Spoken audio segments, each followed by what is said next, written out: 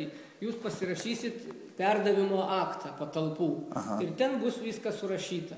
Skaitliukai, viskas bus surašyta, kas ten yra. Bet mes, tą šildymo skaitliuką galim žiūrėti, taip? Taip. Kad niekas net, nežinau, ką aš noriu pasakyti.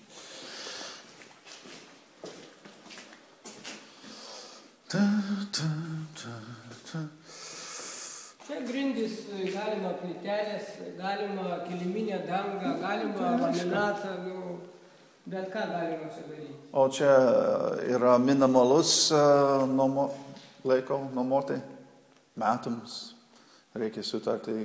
Kiek jūs norit? Jeigu Metus, 2, 3. Aha, supratau. Sutartyje bus parašyta, kad ten prieš kiek laiko, ar prieš mėnesį, ar prieš 2 bus, reiškia, įspėta. Bet čia nieko, kaip sakyti, nieko labai svarbus netrūksta. Čia įeina elektra, Taip, viskas šildymas yra. O čia kanalizacija, jeigu statysim tualetą, veiks. Yra tenais, viskas yra, jo.